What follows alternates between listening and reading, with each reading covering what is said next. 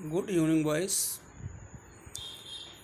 इस समय आप लोग सिविक्स में थर्ड लेसन पढ़ रहे हैं। लेसन का नाम है इलेक्टोरल पॉलिटिक्स। इसमें आज आपको पढ़ना है what is our system of elections. इसमें आप लोग देखिए, can we say that Indian elections are democratic. क्या हम कह सकते हैं कि इंडियन इलेक्शन, भारतीय चुनाव आर डेमोक्रेटिक हैं? टू आंसर दिस क्वेश्चन, इस प्रश्न का उत्तर, let us take a look at how elections are held in India. इस प्रश्न का उत्तर देने के लिए हमको पहले ये समझना पड़ेगा कि इंडिया में इलेक्शंस कैसे होते हैं। Lok Sabha and Vidhan Sabha assembly elections are held regular after every 5 years. Lok Sabha और विधानसभा, जिसको हम असेंबली कहते हैं, इनके elections are held regularly after every 5 years. प्रत्येक 5 ईयर्स के बाद कराए जाते हैं। आफ्टर 5 ईयर्स, 5 साल के बाद, the term of all the elected representatives comes to an end। जितने भी इलेक्ट होकर के हमारे रिप्रेजेंटेटिव जाते हैं, आफ्टर 5 ईयर्स ये अपने आप इनका कार्यकाल समाप्त हो जाता है। Comes to an end. And Lok Sabha और Vidhan Sabha stands dissolved elections are held in all constituencies at the same time। Lok Sabha और विधानसभा के election are held in all constituencies. सारी कॉन्स्टिट्यूंसी में, सारी विधानसभा या लोकसभा क्षेत्रों में एट द सेम टाइम, एक ही समय पर होते हैं। लेकिन चूँकि इंडिया का एरिया बहुत बड़ा है, यदि बड़े एरिया में चुनाव करना होता है तो either on the same day और within a few days, या कुछ दिनों के अंदर से, या तो पूरी कॉन्स्टिट्यूंसी पर एक ही दिन चुनाव हो जाता है या कुछ दिनों के अंतर से चुनाव होता है। This is called a general election. इसे हम जनरल इलेक्शन के नाम से पुकारते हैं। समटाइम्स, कभी कभी, election is held only for one constituency. कभी कभी केवल एक ही कॉन्स्टिट्यूंसी में इलेक्शन कराए जाते हैं, पूरी कंट्री में या पूरे स्टेट में एक साथ नहीं होते। कुछ खास कॉन्स्टिट्यूंसी में ही इलेक्शन कराए जाते हैं। क्यों कराए जाते हैं? To fill the vacancy caused by death or resignation of members. या तो किसी मेंबर्स की डेथ हो जाती है या कोई मेंबर रिजाइन कर देता है तो वो कॉन्स्टिट्यूंसी खाली हो जाती है। उस कॉन्स्टिट्यूंसी में बीच में भी चुनाव होता है, जिसे हम मध्यावधि चुनाव कहते हैं। This is called by election, जिसे बाई इलेक्शन के नाम से जाना जाता है, या हम लोग उसको मध्यावधि चुनाव के नाम से भी पुकारते हैं। In this chapter we will focus on general election. इसमें हम बाई इलेक्शन के विषय में नहीं बात करेंगे। इसमें हम जो आपका जनरल इलेक्शन होता है उसके विषय में हम लोग चर्चा करेंगे। Electoral constituencies, you read about the people of Haryana. आप लोगों ने पढ़ा होगा इसके पहले कि हरियाणा के लोगों ने इलेक्टिंग 90 MLAs 90 MLA को इलेक्ट किया था, चुना था।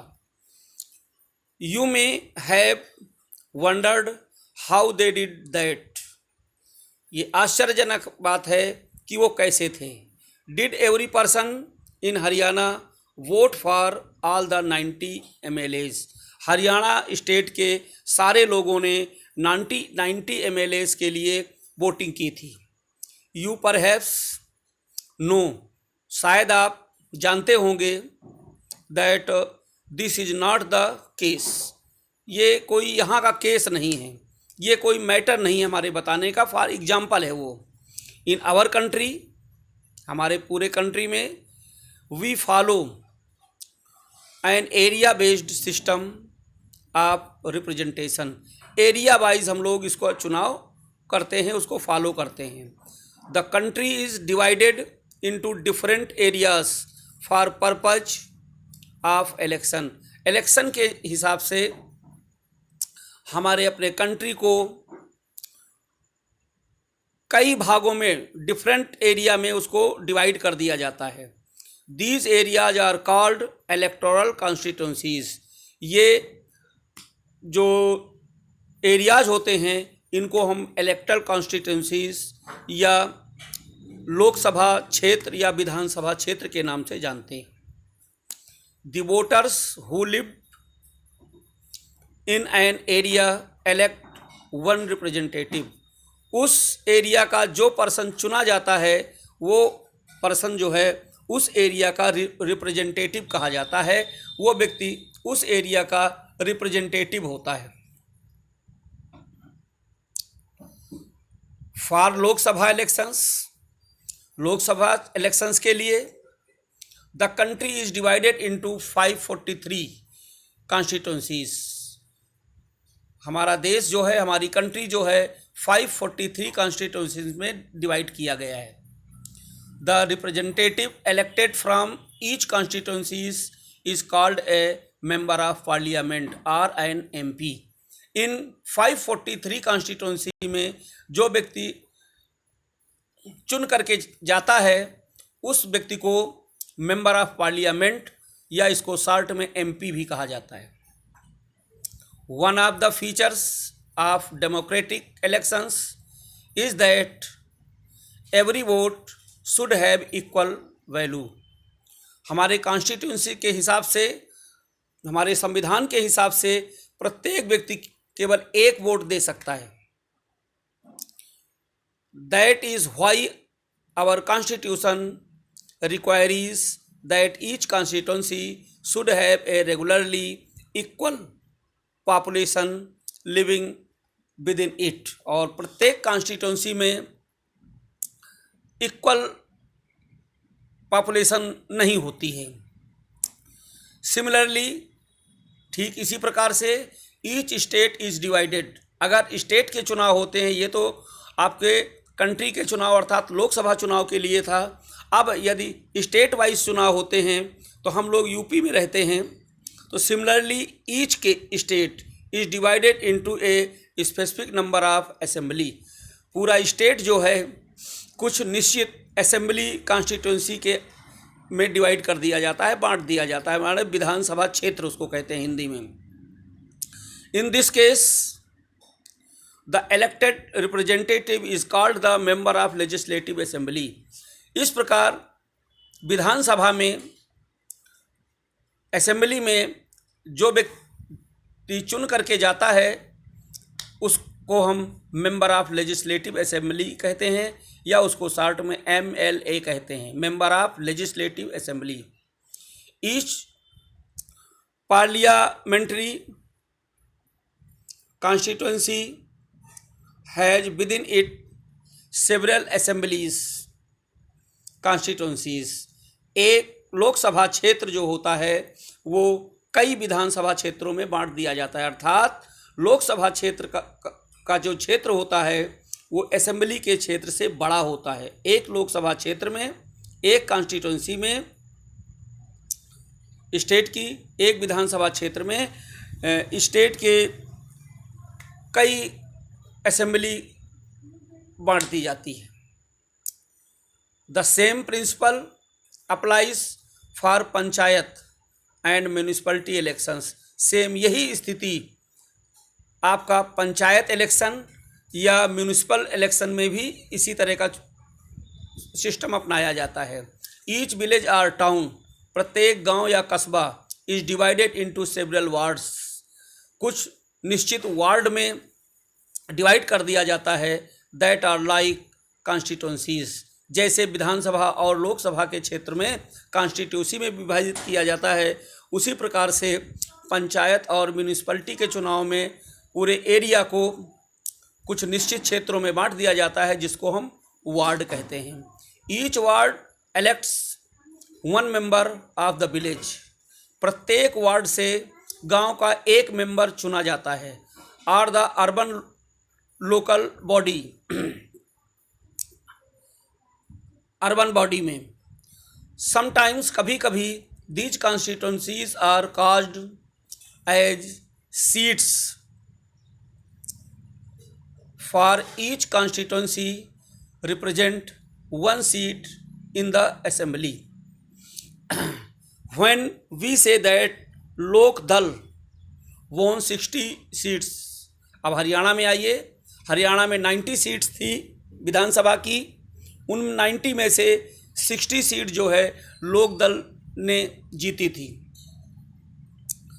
इट मीन्स, इसका मतलब होता है दैट कैंडिडेट्स ऑफ लोक दल वोन इट 60 असेंबली। इसका मतलब होता है कि हरियाणा में लोक दल के 60 मेंबर्स ने 60 कॉन्स्टिट्यूंसी में अपने प्रत्याशी को विजय दिलाई थी या उनको वो जीते थे। In the state and the लोक दल has 60 MLAs in the state assembly. इस प्रकार हरियाणा की असेंबली में 60% जो थे वो लोक दल के सदस्य थे।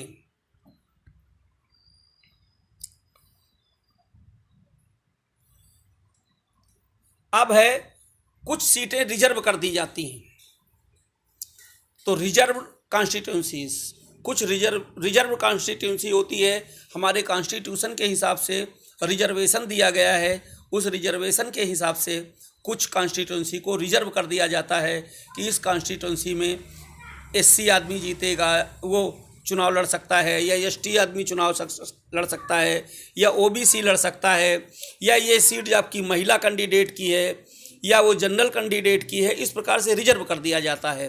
तो इसको देखिए, our constitutions entitles every citizens to elect her or his representative. हमारे कॉन्स्टिट्यूशन में ये व्यवस्था की गई है कि प्रत्येक नागरिक इलेक्ट होकर के अपना रिप्रेजेंटेटिव बन सकता है। And to be elected as a representative the constitution makes however were worried that it an open electoral competition. Certain weaker section, हमारे कॉन्स्टिट्यूशन में ये व्यवस्था की गई है कि कुछ वीकर सेक्शंस हैं के लोग हैं, कमज़ोर परिवारों के लोग हैं, या पिछड़ी जातियों के लोग हैं जिनका डेवलपमेंट कम हो पाया है, उनके भी प्रतिनिधि चुनाव लड़ें और कॉन्स्टिट्यूंसी में, असेंबली में अपना स्थान ले जा करके और अपनी बात करें अपने समूह की। Certain weaker section may not stand a good chance to get election to the Lok Sabha and the state legislative, क्योंकि जो वीकर सेक्शन होता है उनके पास इतनी व्यवस्था नहीं होती है कि वो लोकसभा या विधानसभा का चुनाव लड़ सकें। They may not have the required, उनके पास इतनी रिक्वायरी नहीं होती है कि रिसोर्स नहीं है उनके पास, ना उनके पास इतनी एजुकेशन है दैट कॉन्टेस्ट कि वो चुनाव लड़ सकें, एंड विन इलेक्शंस, और इलेक्शन पर विजय प्राप्त कर सकें अगेंस्ट अदर, दूसरों के मुकाबले में। अगर वहाँ पर एक बहुत पिछड़ा हुआ आदमी, कम पढ़ा लिखा आदमी, कम पैसे वाला आदमी चुनाव लड़ेगा, उसके अपोजिशन में कोई दूसरा ज़्यादा पैसे वाला आदमी, ज़्यादा पावरफुल आदमी लड़ेगा, तो हमेशा वही जीतेगा। हमारा कॉन्स्टिट्यूशन ये कहता है कि समाज के प्रत्येक क्षेत्र के प्रत्येक नागरिक को ये अधिकार है कि वो चुनाव लड़ सकता है। Those who are influential and resourceful may be prevent them the winning elections. जो पावरफुल व्यक्ति होते हैं, रिच व्यक्ति होते हैं, वो इलेक्शन में उसको पराजित कर देंगे, इलेक्शन में उसको खड़ा नहीं होने देंगे। If that happens our parliament and assemblies would be deprived of the voice of the significant sections of our population. तो इस प्रकार अगर ये व्यवस्था ऐसी होती तो जो पावरफुल व्यक्ति हैं वही वहाँ पर जाते और निम्न वर्ग के लोगों की आवाज़ असेंबली तक या पार्लियामेंट तक न पहुँच पाती। That would make our democracy less representative and less democratic. So the makers of our constitution, इसलिए हमारे कॉन्स्टिट्यूशन के जो मेकर्स हैं, जिन्होंने कॉन्स्टिट्यूशन बनाया है, thought of the special system of reserved constituencies, उन्होंने बहुत विचार करके कुछ कॉन्स्टिट्यूंसी को रिजर्व कर दिया है फॉर द वीकर सेक्शन, कमज़ोर वर्ग के लिए। Some constituencies are reserve for people who belong to the scheduled caste. कुछ कॉन्स्टिट्यूंसी ऐसी हैं जो शेड्यूल कास्ट एससी के लिए रिजर्व कर दी गई हैं। एंड शेड्यूल ट्राइब्स, कुछ कॉन्स्टिट्यूंसी ऐसी हैं जहां शेड्यूल ट्राइब्स के लोग ही लड़ सकते हैं, एसटी के लोग ही चुनाव लड़ सकते हैं। In a SC reserved constituencies only someone who belongs to the schedule caste. जो एससी कैंडिडेट के लिए सीटें हैं, उन सीटों पर केवल SC candidate, schedule caste candidate ही चुनाव लड़ सकता है। Similarly, only those belonging to the scheduled tribes can contest an election from a constituency reserved for ST। जो शेड्यूल ट्राइब्स के लिए कॉन्स्टिट्यूंसी रिजर्व की गई हैं, उन कॉन्स्टिट्यूंसी में केवल शेड्यूल कास्ट का व्यक्ति ही चुनाव लड़ सकता है। इन द लोकसभा, हम लोकसभा में 84 seats are reserved for the scheduled caste. SC के लिए 84 सीट्स जो हैं रिजर्व की गई हैं, and 47 for the schedule caste. और एससी कैंडिडेट के लिए 47 सीटें रिजर्व की गई हैं। एज ऑन 26 जनवरी 2019 ये व्यवस्था 26 जनवरी 2019 को की गई थी।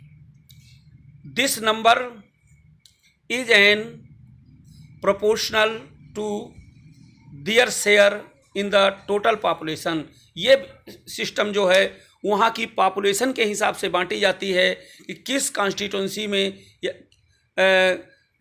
किस वर्ग के लोग ज़्यादा हैं। जिस वर्ग के लोग ज़्यादा होते हैं, अगर एससी कैंडिडेट्स ज़्यादा हैं तो उस पर एससी सीट रिजर्व कर दी जाती है। अगर एसटी कैंडिडेट उस कॉन्स्टिट्यूंसी में है तो वो एसटी के लिए रिजर्व कर दी जाती है। आगे पैराग्राफ में आइए। This system of reservation, reservation का यह system was extended later to other weaker section at the district and the local level. इसी प्रकार से, इस प्रकार से चाहे वो डिस्ट्रिक्ट में हो या लोकल लेवल में हो, ये वीकर सेक्शन के लिए भी कुछ सीटें रिजर्व कर दी जाती हैं। इन मेनी स्टेट्स, बहुत सारे स्टेट ऐसे हैं, seats are rural panchayat and urban municipal and corporation. देखिए, जो ग्रामीण क्षेत्र होते हैं, रूरल एरिया होते हैं, वहाँ पर पंचायत का चुनाव होता है। और जो अर्बन क्षेत्र होते हैं, शहरी क्षेत्र होते हैं, वहाँ म्यूनिसिपलिटीज़ होती है, वहाँ म्यूनिसिपल या कारपोरेशन का ही चुनाव कराया जाता है। Local bodies are now reserve for other backwards classes OBC as well. इसी प्रकार से ग्रामीण क्षेत्रों और शहरी क्षेत्रों में जो पंचायती क्षेत्र के अंतर्गत चुनाव होते हैं उनमें भी सीटें लोकसभा और विधानसभा की तरह ही रिजर्व कर दी जाती हैं। However the proportion of seats reserve worries from state of state. ये एक स्टेट से दूसरे स्टेट तक हर स्टेट में ये सिस्टम चलता रहता है। Similarly 1/3 of the seats are reserve. इस प्रकार से 1/3 सीट जो हैं वो रिजर्व में होती हैं। कहाँ पर? इन रूरल एंड अर्बन, ग्रामीण और शहरी क्षेत्रों में। जो लोकल बॉडी के पंचायती चुनाव होते हैं, प्रधान के चुनाव होते हैं, इन सब के लिए पंचायत राज्य में भी 1/3 सीटें जो हैं वो रिजर्व कर दी जाती हैं। ठीक, दैट्स ऑल।